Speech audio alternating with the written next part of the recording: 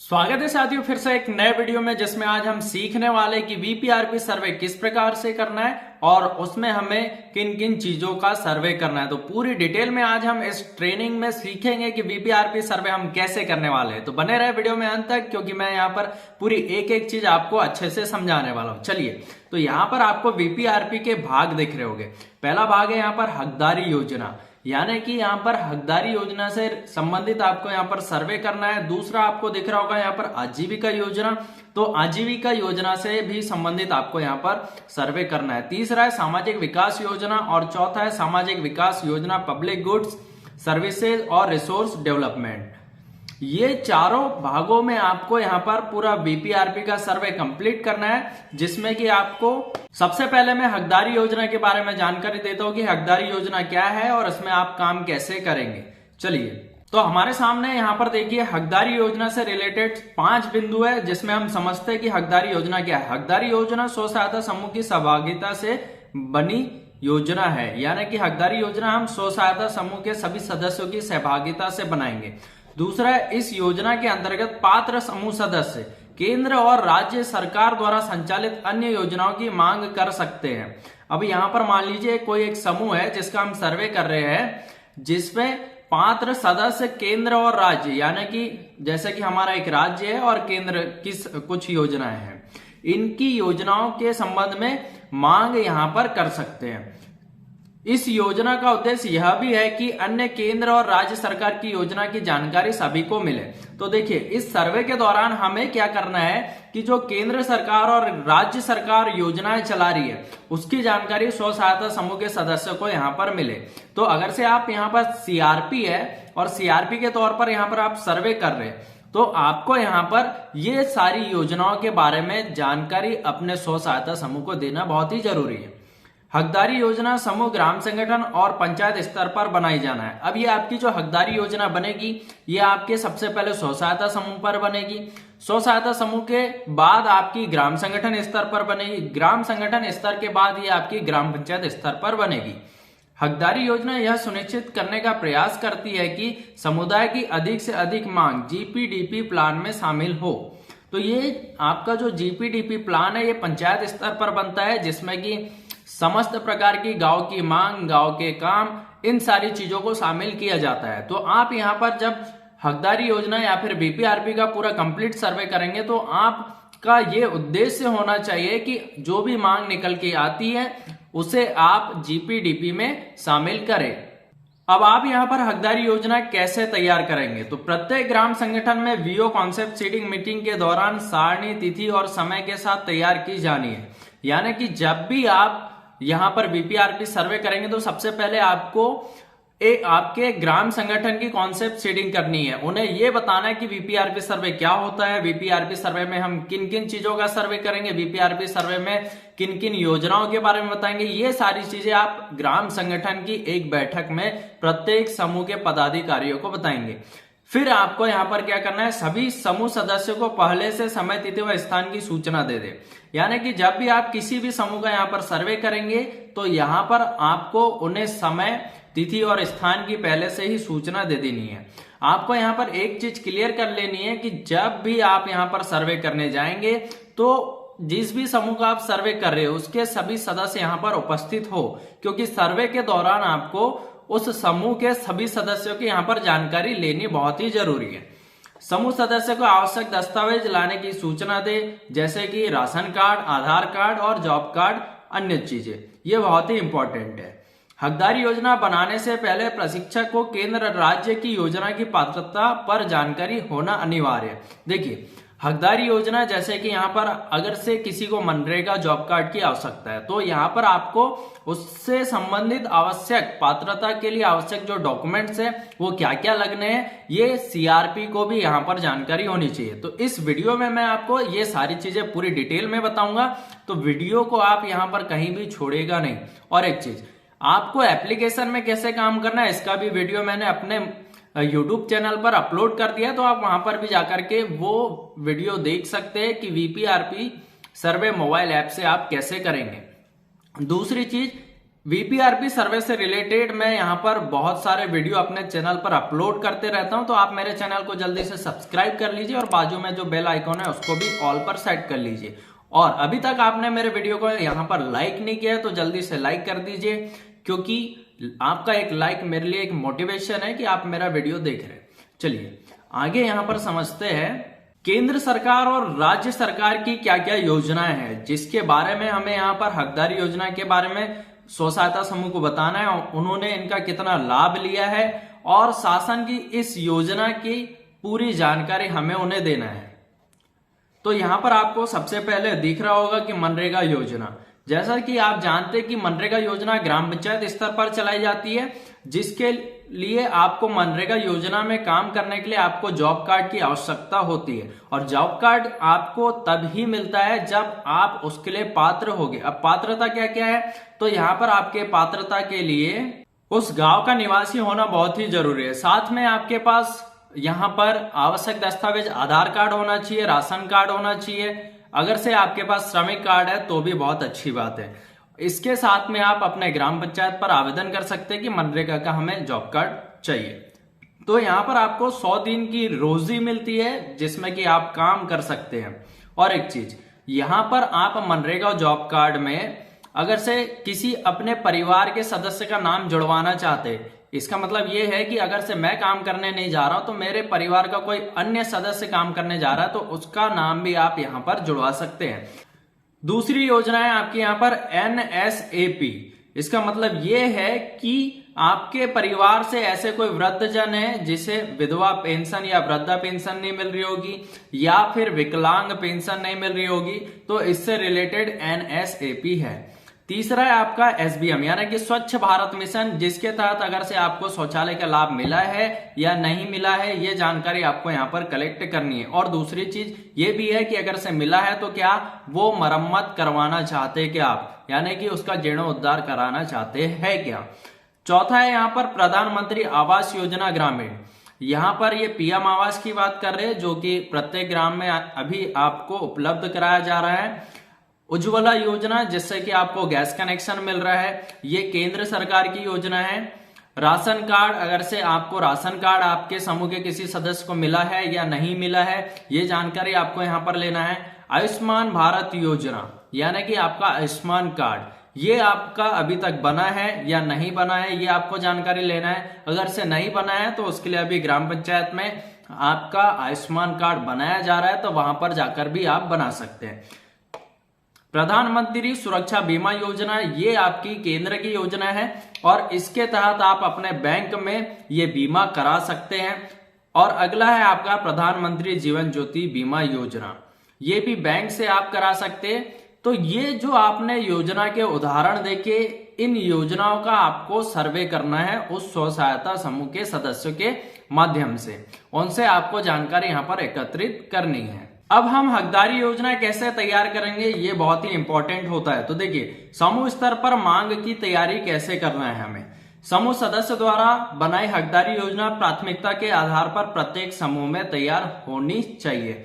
अब यहाँ पर क्या बोल रहा है कि अगर से आप हकदारी योजना एक समूह की तैयार कर रहे हो तो अगर से उसमें एक से अधिक सदस्यों द्वारा मांग आती है, मान लीजिए एक समूह में 12 लोग हैं और 12 लोग में से 4 लोग मनरेगा जॉब कार्ड नहीं है कहते हैं और उन्हें उसकी आवश्यकता है, तो ऐसे में आप उन्हें कैसे क्रम में करेंगे, यानी कि किस प्रकार से उन्हें प्राथमिकता देंगे।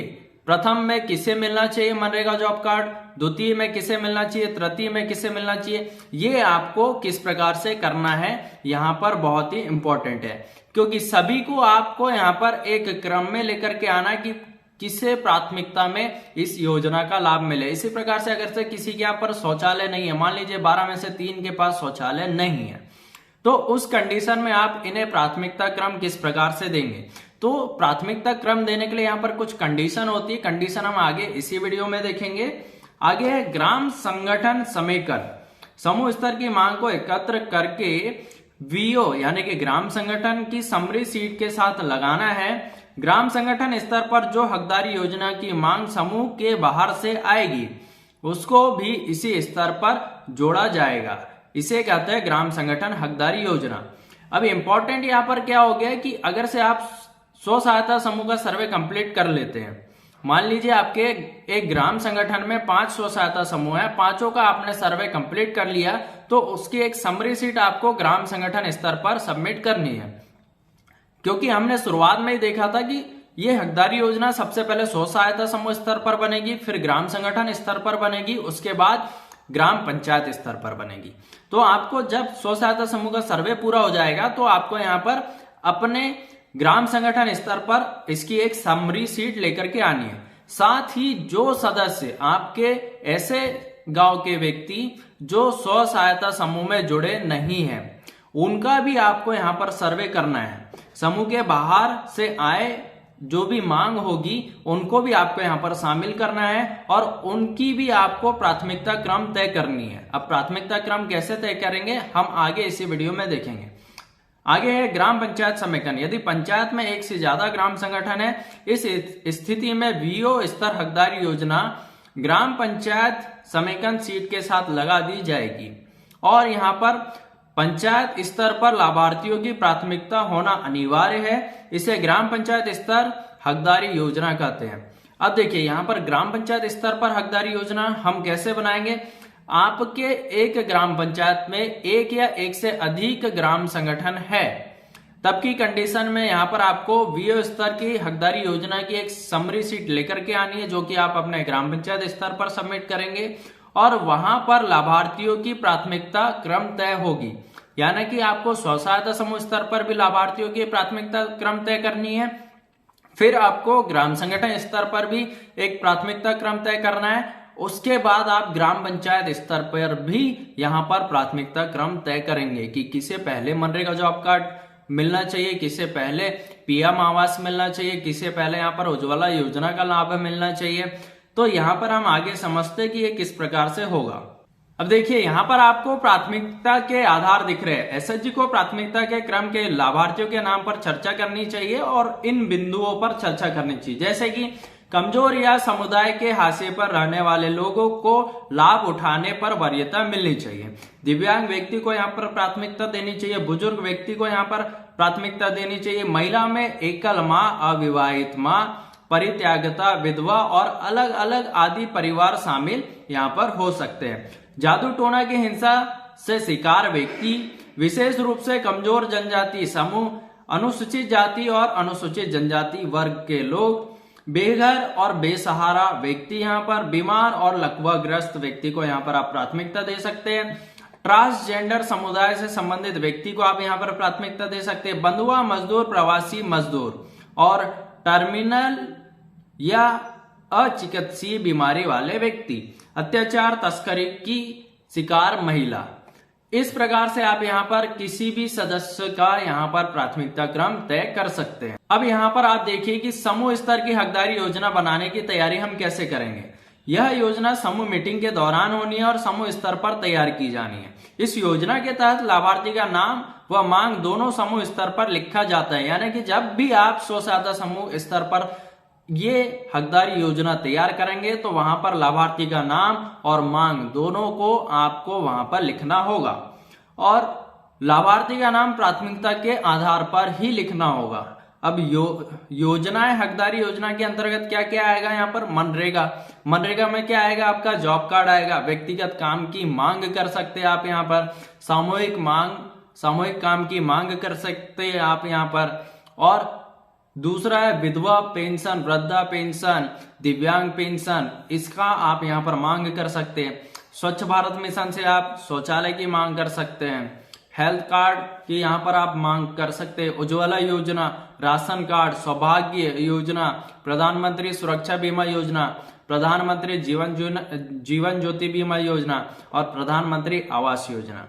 इस प्रकार से आप यहाँ पर हकदारी योजना समूह स्तर पर तैयार कर सकते हैं। इन 10 बिंदुओं में आप यहाँ पर लाभार्थी का नाम और मांग दोनों यहाँ पर प्राथमिकता के क्रम में तैयार करेंगे।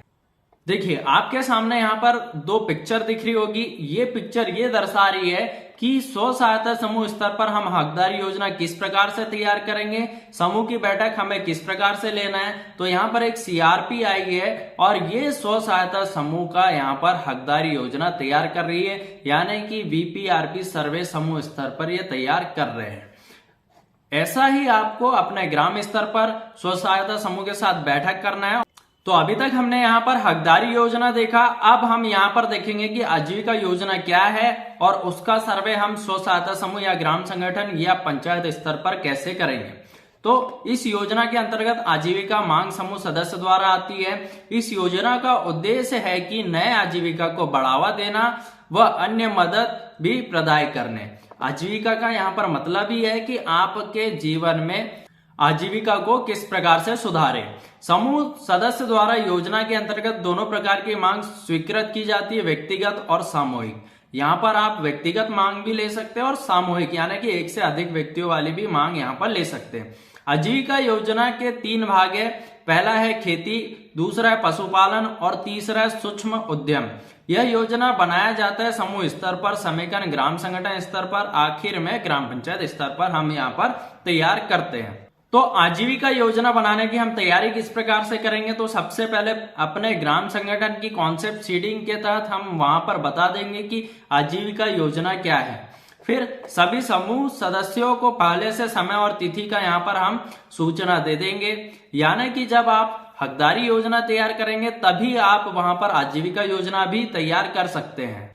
आजीविका योजना के अब यहाँ पर हम 3 भाग देख लेते हैं कि किस प्रकार से हमें ये तीनों भागों का सर्वे करना है। इसके अंतर्गत जैसे कि आप यहाँ पर देख रहे हैं कि पहला है खेती, दूसरा है पशुपालन और तीसरा है सूक्ष्म उद्यम। तो हम सबसे पहले यहाँ पर खेती देख लेते हैं। इसके अंतर्गत मांग व्यक्तिगत व सामूहिक दोनों हो सकती है, अपनी जमीन या पट्टे पर लगी गई जमीन। योजना बनाते समय यह ध्यान दें कि किसी तरह की मदद की आवश्यकता है उसके बारे में जरूर लिखें, जैसे कि आपको यहाँ पर बीज की आवश्यकता है, खाद की आवश्यकता है, या फिर आपको खेती करने के लिए किसी प्रकार के उपकरण की आवश्यकता है, या फिर ट्रेनिंग की आपको यहाँ पर आवश्यकता है। आजीविका से संबंधित मांग पंचायत के अंतर्गत भी आती है, वह अन्य योजना के भी यहाँ पर संबंधित आती है। अब आपको यहाँ पर दिख रहा होगा कृषि विभाग, हार्टिकल्चर विभाग और सेरिकल्चर विभाग। इससे संबंधित आप यहाँ पर खेती के आवेदन कर सकते हैं। जैसे कि आपको कृषि विभाग से कृषि यंत्र के लिए आप आवेदन कर सकते हैं, हार्टिकल्चर विभाग से आप यहाँ पर मदद ले सकते हैं ट्रेनिंग के लिए, सेरिकल्चर से भी रिलेटेड आप यहाँ पर ट्रेनिंग ले सकते हैं। अब आगे समझते हैं यहाँ पर पशुपालन। इसके अंतर्गत भी आप यहाँ पर व्यक्तिगत मांग और सामूहिक मांग दोनों ले सकते हैं। पशुपालन के अंतर्गत मांग में क्या क्या आ सकता है, गाय पालन, बकरी पालन, मत्स्य पालन, भैंस पालन, मुर्गी पालन। ये योजनाएं यहाँ पर मांग में आप ले सकते हैं कि किसी समूह सदस्य को यहाँ पर मान लीजिए बकरी पालन करना है तो उसकी मांग ले सकते हैं, उसके लिए पात्रता क्या होनी चाहिए, ये सारी चीजें आपको वहां पर सर्वे के दौरान बतानी है। योजना बनाते समय यह ध्यान रखना है आपको कि किस तरह की इन्हें मदद की आवश्यकता है यहाँ पर, जैसे कि शेड की व्यवस्था चाहिए यहाँ पर गायों के लिए, टीकाकरण की व्यवस्था चाहिए, बीमा आदि करवाना है। तो ये आपको वहां पर सर्वे के दौरान लेकर के आना है। अब इसमें मदद कौन कर सकता है, पशुपालन विभाग मदद कर सकता है, मछली पालन विभाग यहाँ पर मदद कर सकता है। तीसरा है सूक्ष्म उद्यम। इसके अंतर्गत मांग व्यक्तिगत मांग और सामूहिक मांग दोनों आ सकती है, यानी कि एक व्यक्तिगत भी काम कर सकता है यहाँ पर, या फिर पूरा स्व सहायता समूह भी यहाँ पर काम कर सकता है। योजना बनाते समय आपको यहाँ पर ध्यान रखना है कि मदद किस प्रकार से चाहिए। उद्यम को स्टार्ट करने के लिए आपको यहाँ पर क्या ट्रेनिंग की आवश्यकता है, या फिर आपको फाइनेंशियल आवश्यकता है, या फिर मार्केटिंग प्रमोशन की आवश्यकता है, और यहाँ पर आपको किस प्रकार का मदद चाहिए। जैसे कि यहाँ पर आप कोई सूक्ष्म उद्यम तैयार चालू कर रहे हैं, मान लीजिए आप यहाँ पर साबुन बनाने की एक फैक्ट्री स्टार्ट करना चाह रहे हैं, तो उसके लिए क्या आपको फाइनेंशियल कैपिटल की आवश्यकता है, या फिर आपको मार्केटिंग की आवश्यकता है। ये सारी चीजें आप यहाँ पर सूक्ष्म उद्यम के अंतर्गत ले सकते हैं। अब आपको यहाँ पर आजीविका के मांग के मदद के प्रकार का कुछ मैं उदाहरण दिखा देता हूँ। जैसे आप खेती कर रहे केला की, नारियल की, चावल गेहूं की, नींबू की, सब्जी की, या फिर आप यहाँ पर किसी प्रकार से और कोई खेती करना चाहते हैं, जैसे कि आप यहाँ पर हल्दी लगाना चाहते हैं या अन्य चीजें, तो यहाँ पर आपको मदद के प्रकार उपकरण मिल सकते हैं, सब्सिडी पर उपकरण मिल सकते हैं, सिंचाई की व्यवस्था पर आपको सब्सिडी मिल सकती है, मृदा परीक्षण कर सकते हैं, आप फसल बीमा कर सकते हैं, बीज ले सकते हैं और ट्रेनिंग ले सकते हैं। इसी प्रकार से पशुपालन में अगर से मुर्गी पालन, बकरी पालन, मछली पालन, सुअर पालन, पशुपालन, मधुमक्खी पालन, ये सब करना चाहते हैं आप, तो यहाँ पर आपको चारा की व्यवस्था किस प्रकार से करनी, इस पर आपको एक ट्रेनिंग मिल सकती है ना। टीकाकरण की सुविधा कहाँ से मिलेगी, ये आपको मदद मिल सकती है। सब्सिडी पर आप पशु कैसे ले सकते हैं, इसकी भी आपको यहाँ पर जानकारी दे सकते हैं। जानवर के लिए बीमा आपको कैसे करना है। अब सूक्ष्म उद्यम जैसे कि बुनाई, पापड़ बनाई, कपड़े की दुकान, किराना दुकान, बेकरी, ब्यूटी पार्लर, कैटरिंग या फिर सिलाई, जैसे कि आप अगर से निरमा बनाना चाहते हैं या फिर किसी भी प्रकार से आप यहाँ पर नया उद्यम चालू करना चाहते हैं, तो उसके लिए आपको डिजाइनिंग, पैकिंग है ना, उपकरण जैसे फूड प्रोसेसिंग यूनिट है आपको चाहिए, मान लीजिए पापड़ बनाने की मशीन चाहिए आपको। ये सारी चीजें सब्सिडी पर कैसे मिलेगी और ये आवेदन आप कैसे करेंगे, ये सारी चीजों की आपको वहां पर जानकारी देनी है। अब आपको यहाँ पर आजीविका योजना सबसे पहले उस स्व सहायता समूह स्तर पर तैयार करनी है और वहां पर भी एक से अधिक मांग आती है, तो वहां पर भी आपको प्राथमिकता क्रम तैयार करना है।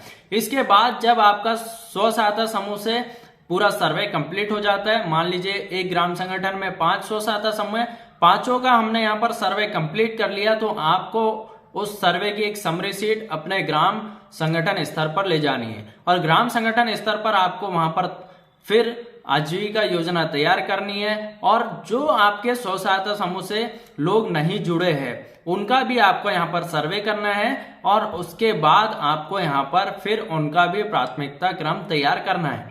इसी प्रकार से जब आपका ग्राम संगठन स्तर पर सर्वे कंप्लीट हो जाता है, तो आप अपने ग्राम पंचायत स्तर पर यहाँ पर इस सर्वे को लेकर के जाएंगे, जिसकी आप एक समरी शीट तैयार करेंगे और ग्राम सभा में आप उसको प्रस्तुत करेंगे।